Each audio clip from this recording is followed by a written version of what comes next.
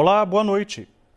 Pacientes que dependem da farmácia do estado sofrem para ter acesso aos remédios. Eles enfrentam filas e falta de informação. A entrega em casa, que deveria estar acontecendo durante a pandemia, para parte dos pacientes, também não está funcionando bem. A fila começou ainda de manhã. Revoltados, pacientes mandaram vídeos para o WhatsApp da Globo. À tarde, a fila ainda estava lá, debaixo de uma tenda e com marcações no chão para orientar as pessoas sobre o distanciamento. Só que as marcas ficam a menos de 1,5 metro de distância umas das outras. E as pessoas ficaram próximas. Bartolomeu veio buscar medicamentos para a filha dele, que tem diabetes. Ele disse que essa fila não é novidade e reclamou da falta de remédios e de insumos, o que sempre acontece. O Estado sabe que ela existe, que ela tem essa doença, que é a diabetes. O Estado sabe a quantidade de insulina, de fitas, as insulinas que ela toma, que são 2, tá? E falta. Eu preciso pegar mensalmente 5 insumos para ela, entre fita, lanceta, agulha. E nunca, em 6 anos, peguei os 5 insumos, nunca. Outra reclamação dos pacientes é com relação ao programa Remédio em Casa, que foi lançado pelo governo do estado no dia 2 de dezembro e também foi colocado em prática durante a pandemia. Algumas pessoas até receberam um remédio no começo do programa, mas agora estão tendo que enfrentar a fila. É o caso da mãe de Emanuela. Ela tem 70 anos, já passou por um transplante e precisa tomar um remédio todos os dias. O medicamento vai acabar hoje. Emanuela esperou o remédio chegar em casa e nada. Tentou ligar para ter informações, mas não conseguiu. Ninguém atendeu. Teve que enfrentar a fila só para saber o que fazer. A gente liga para o 0800, o 0800 está desativado e os 2 números que eu tenho daqui, chama, ninguém atende. Então, assim, a gente não tem informação nenhuma para saber de qualquer coisa. A gente precisa vir aqui para ter a informação. E enfrentar a fila. Na fila, pacientes da capital e do interior do estado esperavam por atendimento na farmácia. A maioria disse no meio da tarde que a fila estava andando rapidamente e que conseguiu sair da farmácia com os remédios. Mesmo assim, Dona Marinês, que já tinha recebido o remédio em casa no começo da pandemia, achou um risco ter que esperar aqui. É importante que o diretor-geral daqui faça alguma estratégia para que a gente possa ter os nossos remédios, porque passou um período aqui que ele entregava nas portas. Eles estão entregando nas portas, porém ele categorizou um grupo de pessoas, que deveria ser todo mundo. Veja como a gente está aqui tudo junto, entendeu? Não tem ninguém está respeitando a distância, entendeu? Ali vocês viram que também ninguém está respeitando a distância e está colocando as nossas vidas em risco. Vamos às respostas. A farmácia do estado informou que as filas estão maiores esta semana por causa dos feriados de Natal e de Ano Novo. A farmácia explicou ainda que só entram 5 pessoas por vez no local onde se retiram os remédios, por causa dos protocolos de segurança. Pediu que as pessoas respeitem o distanciamento. A farmácia de Pernambuco também disse que o programa Remédio em Casa atendeu só nesta semana 2.200 pacientes. E que isso, de acordo com a farmácia, reduziu em 1/3 a quantidade de pessoas que procuram a unidade de forma presencial. A farmácia lembra ainda que recebem remédios em casa os pacientes que têm doença pulmonar obstrutiva crônica, asma, Parkinson, Alzheimer, lúpus, transplantados, pessoas com a síndrome congênita do Zika, microcefalia e pacientes com transtorno psíquico. É possível indicar até 3 pessoas para retirar os remédios. A declaração para pedir que outra pessoa tire os remédios está disponível no site farmacia.pe.gov.br. Os telefones para atendimento ao público são 3181 6088, 3181 6140 e 3181 6167. E em frente ao prédio da farmácia do estado, os repórteres Bruno Grubert e Ana Regina flagraram outro problema. A demora para o recebimento de amostras de exames de Covid-19. Motoentregadores e motoristas terceirizados de prefeituras e hospitais públicos reclamam que passam horas esperando no local que concentra essas coletas. Local chamado de posto de recebimento das amostras do Laboratório Central do Estado. Encontramos uma fila de caixas térmicas cheias de material coletado com os suaves, aqueles cotonetes grandes. Os motoristas também têm preocupação com a temperatura das amostras. Eles preferiram não gravar a entrevista com medo de represálias. Mas disseram que as amostras chegam geladas e, com o passar do tempo, a temperatura dentro das caixas sobe. Os trabalhadores também disseram que têm medo de esperar num espaço tão pequeno, perto de material biológico, onde ocorrem aglomerações. O Laboratório Central de Saúde Pública de Pernambuco, LACEN, informou que não há risco de perda de testes da Covid-19 e que as caixas de transporte das amostras são apropriadas para o armazenamento em temperatura adequada. Uma equipe formada por mais de 30 profissionais cuida dessas amostras. O laboratório informou também que só hoje o LACEN recebeu até este momento 6.000 amostras para processamento. E desde o início da pandemia, quase 300 vagas para profissionais de saúde foram criadas para ampliar a capacidade do laboratório de processar exames da Covid. Ainda falando dessa doença, vamos ver como é que está a evolução da pandemia aqui no estado de Pernambuco. Pernambuco confirmou hoje mais 1.250 casos. Vamos aqui ao painel, 1.250 casos em 24 horas. Temos agora um total de 229.701 casos. Também foram confirmadas mais 26 mortes. O total de mortes até agora é de 9.789. Vamos à média móvel de casos. Essa confirmação de mortes, na verdade, vou mostrar aqui a média de mortes, ela vinha caindo com os números dos feriados prolongados do fim de ano, mas voltou a subir. A média estava em 14 no início da semana, ontem foi para 16 e hoje temos aí uma média de 18 novas mortes por dia. Esse número ainda é menor do que o que a gente tinha há 2 semanas, quando a média era de 20 mortes diárias. Mas com isso, nós saímos de uma tendência de queda, agora estamos em uma tendência de estabilidade. E a Prefeitura do Recife enviou ao Instituto Butantan, em São Paulo, hoje à tarde, um documento com a intenção de compra de 1 milhão de doses da vacina contra a Covid-19.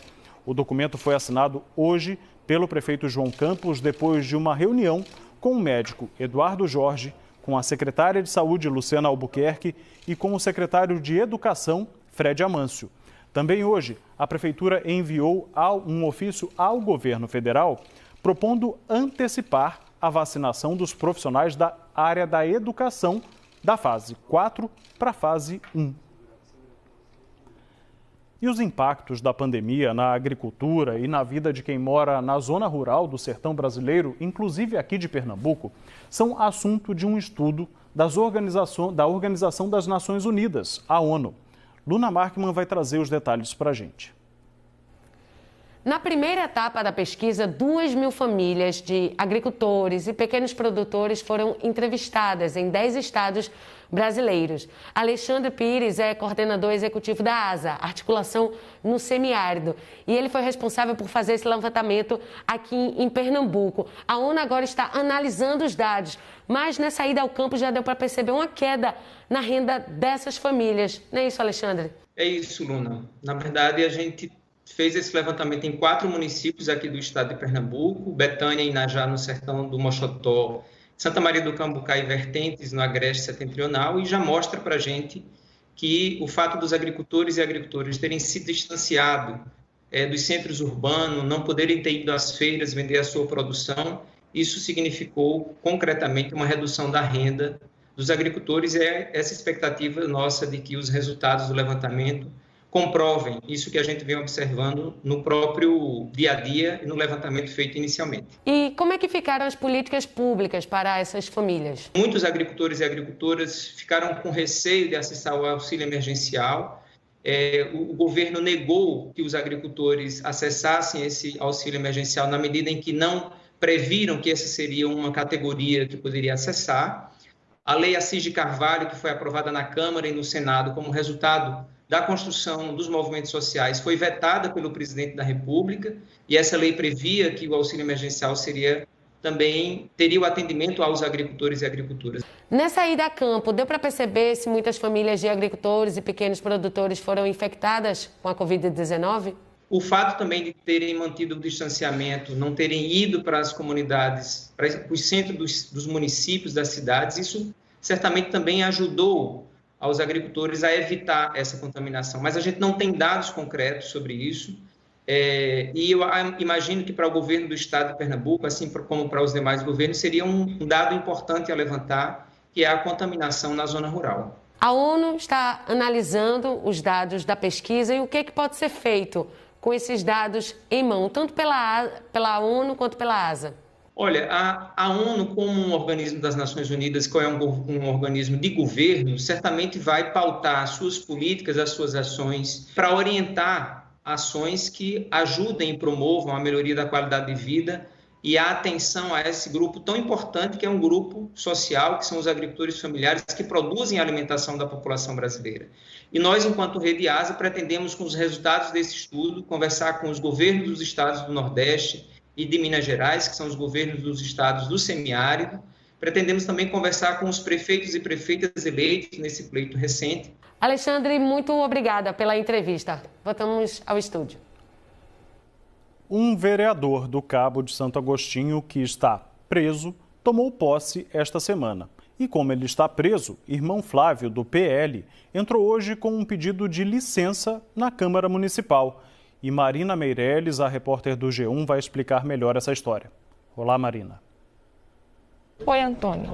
A cerimônia de posse por videoconferência atendeu a um pedido da defesa do vereador irmão Flávio, do PL, já que a primeira posse por procuração foi anulada pela Câmara de Vereadores do Cabo de Santo Agostinho. Depois dessa cerimônia, feita pela internet, a Câmara recebeu hoje um pedido de licença do vereador irmão Flávio. O período é de 120 dias a contar da data da posse. De acordo com o presidente da Casa, o vereador Ricardo Carneiro, do MDB, o próximo passo é marcar uma sessão extraordinária para aprovar essa licença e também para convocar o suplente, o vereador Niavi Picar, do PL. Nesse período em que pediu o afastamento, o vereador irmão Flávio não deve receber salário. Ele foi preso em julho de 2020 durante uma operação da Polícia Civil. Ele foi detido por suspeita de rachadinha, que é quando o parlamentar recebe parte dos salários dos funcionários do gabinete. A história completa você encontra no g1.com.br/pe. Antônio. Ainda hoje aqui no N2, protesto de ciclistas no bairro da Linha do Tiro, no Recife. No próximo bloco, está começando um fim de semana com regras mais rígidas para eventos. Como é que ficam os bares e restaurantes? O N2 explica depois do intervalo.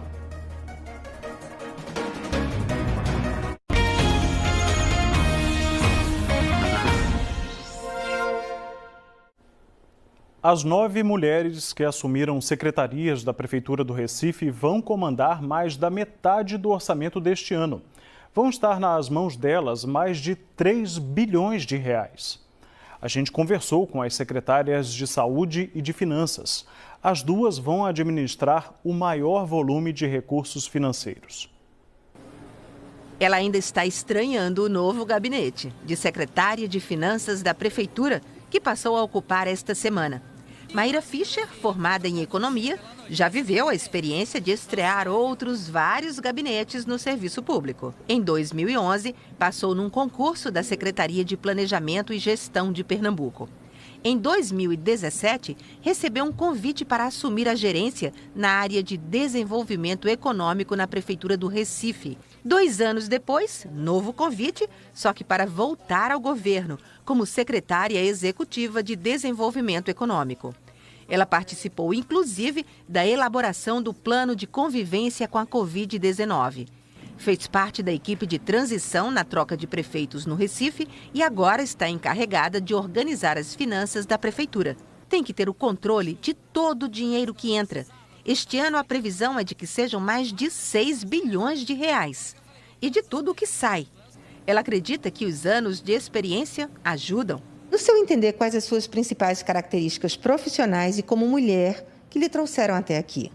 Bom, eu acho que toda essa experiência construída, então, o fato de ser mulher, muitas vezes a gente tem um caminho que acaba sendo um pouco mais longo que o caminho dos homens, mas a gente acaba construindo um caminho um pouco mais sólido e a gente vai aprendendo um bocado nesse caminho.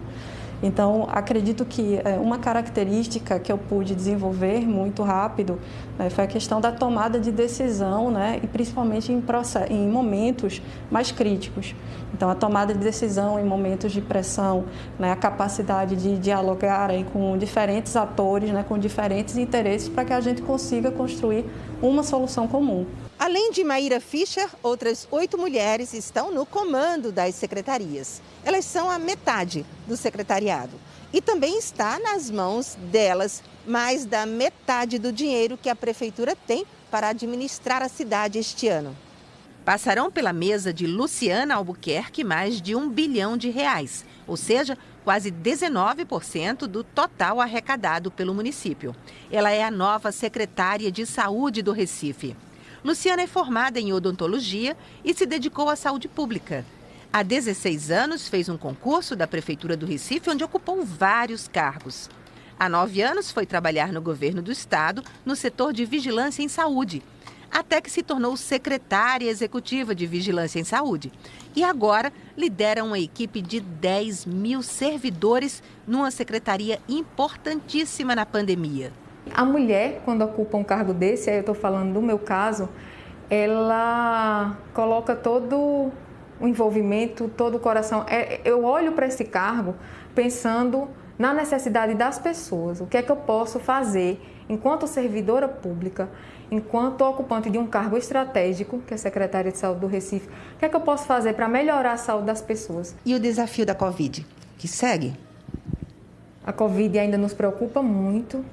É uma das principais preocupações do prefeito a vacinação, né, que tanto fala, e a gente vai fazer o que tiver ao nosso alcance para a gente vacinar a população recifense, em parceria, claro, com o governo do estado, com o Ministério da Saúde, cada um fazendo o seu papel. A secretária vinha falando aí da vacina, enquanto a vacina não chega, tem que se cuidar. Quem vai sair para jantar, para almoçar, tem que estar atento às regras de higiene, de segurança, para evitar se contaminar. Bruno Grubert vai trazer para a gente as orientações, porque teve mudança essa semana. Bruno, boa noite. Vamos falar o que pode e o que não pode. Boa noite, Antônio, para você, para todo mundo que está com a gente no ENE2, que são muitas regras e muitas mudanças ao longo do tempo, então é importante a gente esclarecer para o fim de semana, né? Como é que vai ser a fiscalização e quais são as regras. Por isso a gente convidou o secretário de Justiça e Direitos Humanos do Estado, o secretário Pedro Eurico. Secretário, vamos começar por bares e restaurantes. Mudou alguma coisa? O que é que pode e o que é que não pode para bares e restaurantes, capacidade e tudo? Boa noite. Bom dia, Antônio. Boa noite, Antônio. Boa noite, Bruno. O que é que muda? Em relação a bares e restaurantes, nada. Bares e restaurantes, a capacidade são de até 300 pessoas ou 30% da capacidade da área instalada, até 300 pessoas também. O que não pode, nem em bares e restaurantes, é música ao vivo de banda, de show, pessoas dançando, frevando. As pessoas você pode ter uma música ao vivo, você sentado, de máscara e sem circulação, apenas isso. Por isso que as festas de todo tipo estão proibidas, seja cobrando ingresso, sem cobrar ingresso, em área externa, em área fechada, tudo está proibido. A partir de segunda-feira, isso vai estar mais claro, porque o decreto novo começa a funcionar. Todos os eventos de festas com bandas em locais abertos ou fechados, pagos ou não, estarão proibidos. Mas aí casamento, batizado, isso pode? Esses são chamados eventos únicos, ou seja, um casamento, um batizado, uma formatura, mas até o limite, a partir de segunda-feira, de 150 pessoas. Era 300, agora cai para 150. Esse é o novo decreto que foi publicado e vai passar a valer a partir de segunda-feira. Secretário, claro que mesmo em bares e restaurantes todo mundo tem que estar de máscara, só tirar na hora de comer, de beber. Mas como fica a fiscalização? Nesse fim de semana, como é que vai ser a partir de hoje à noite? Olha, a partir de hoje à noite, nós tínhamos 2 equipes do PROCON, agora nós estamos com 4 equipes. com a Polícia Militar, com a Vigilância Sanitária e o Corpo de Bombeiros. E juntamente também com as prefeituras. As prefeituras vai acontecer durante o dia, amanhã, a fiscalização na orla em todo o estado. Aqui no Recife, Olinda e região metropolitana também. Agora, à noite, nós vamos fiscalizar bares, restaurantes, locais de festa. Não será permitido dancing. Ou seja, quem estiver com esse tipo de evento, nós vamos proibir, vamos fechar ou vamos interditar temporariamente com aplicação de multa que vai de R$1.000 a R$100.000. Secretário, muito obrigado pelas informações. Boa noite, bom trabalho para vocês e para a sua equipe, né, nesse fim de semana. É importante lembrar também o telefone para denúncia de aglomerações do PROCON é o 31817000. Esse telefone é um WhatsApp, apesar de parecer número fixo. Pode mandar mensagem, foto, vídeo para fazer a denúncia. E claro, Antônio, se tiver aglomeração, também pode ligar para a polícia 190, que o governo do estado promete que vai fiscalizar. E antes das denúncias, né, Bruno, o bom senso não se exceda, as regras são claras, vamos todo mundo se cuidar. Mudando de assunto, é hora do futebol pela Série B. O Náutico está jogando agora nos aflitos. O Timbu enfrenta o Paraná. Se vencer, os alvirrubros saem da zona do rebaixamento. A partida está no primeiro tempo e até agora empate em 0-0. Já um protesto na zona norte do Recife cobra punição pela morte do ciclista Marcos da Silva Alves e o apoio fundamental dos professores aos alunos que vão fazer o Enem neste momento tão difícil. O ENE2 volta já.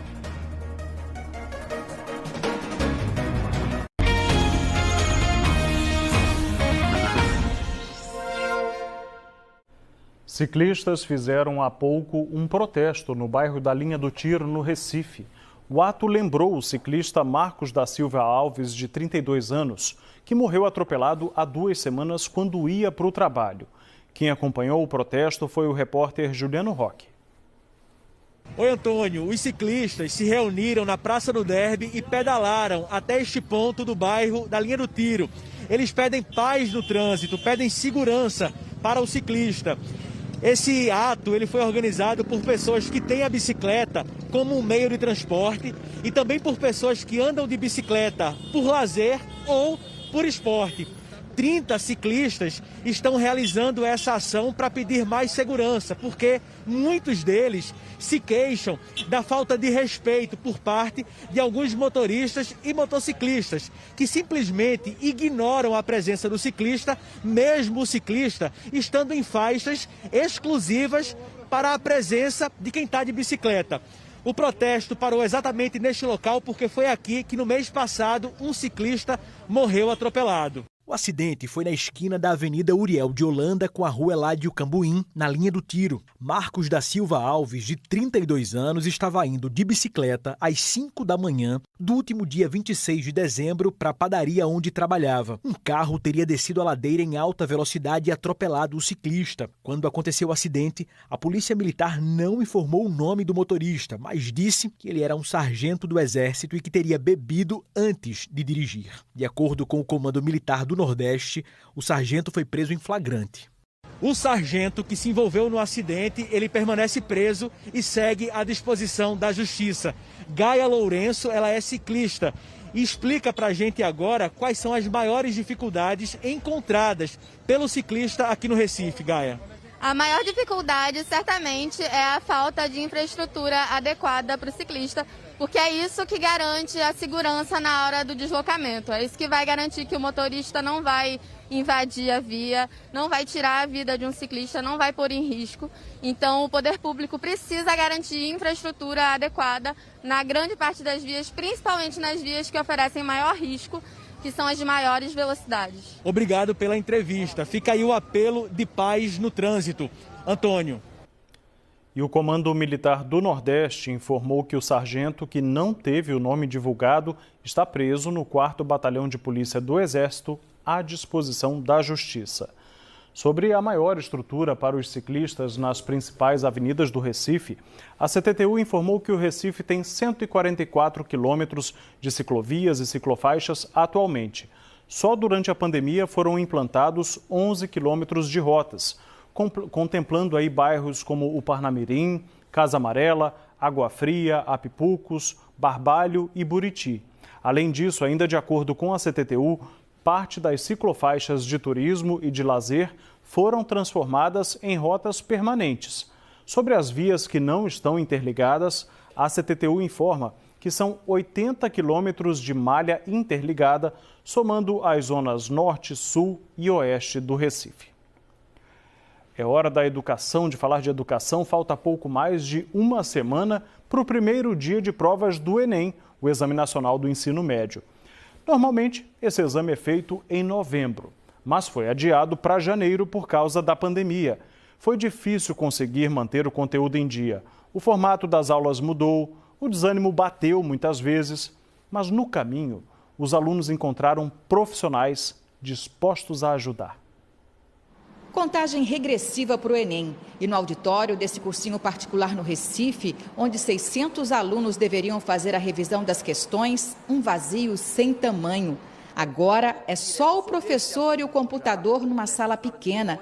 Os alunos estão do outro lado da tela.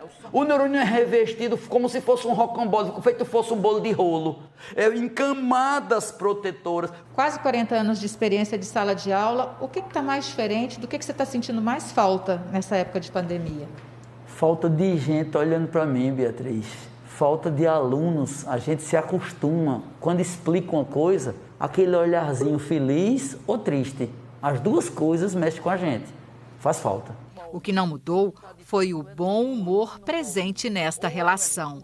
Micro-realiza fagó, oli, produz-me ali. Micro-realiza fagó, oli, produz-me ali.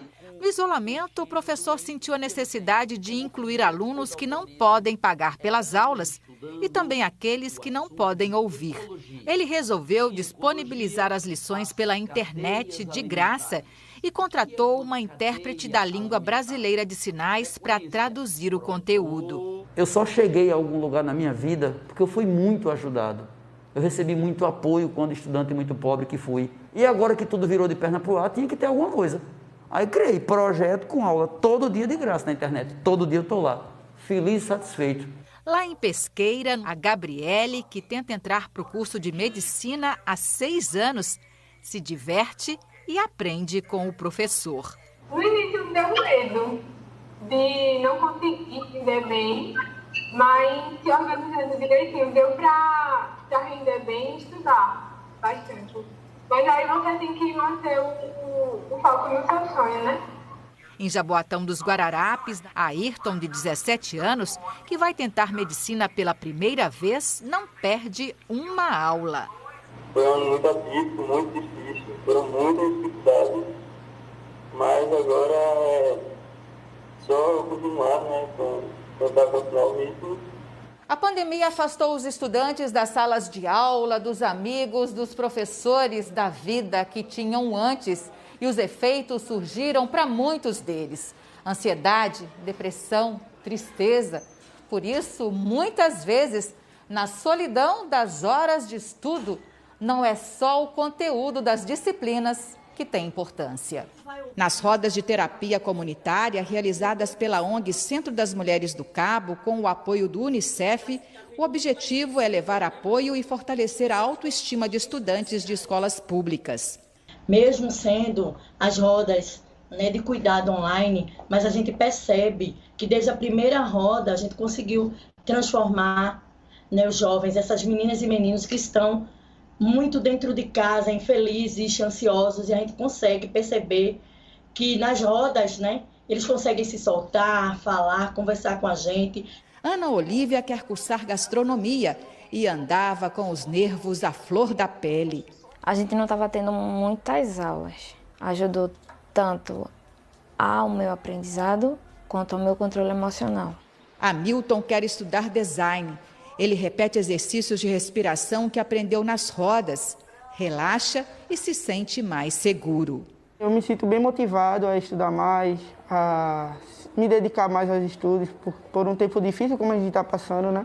A gente tem que ter força, ter um foco diferente para tirar todo o pensamento ruim e trazer um pensamento positivo para estudar. A gente pode estar junto com eles para que eles possam estar fortalecidos e fortalecidas nesse processo, né, buscando algo para seu futuro. E amanhã aqui na Globo tem o último aulão do Projeto Educação. Tá cheio de dicas para quem vai fazer o Enem. É ao meio-dia. E o Náutico levou um gol nos aflitos aos 15 minutos do primeiro tempo. O Paraná marcou o gol de Hurtado depois de uma cobrança de falta. Nós ficamos por aqui. Boa noite para você. Bom fim de semana.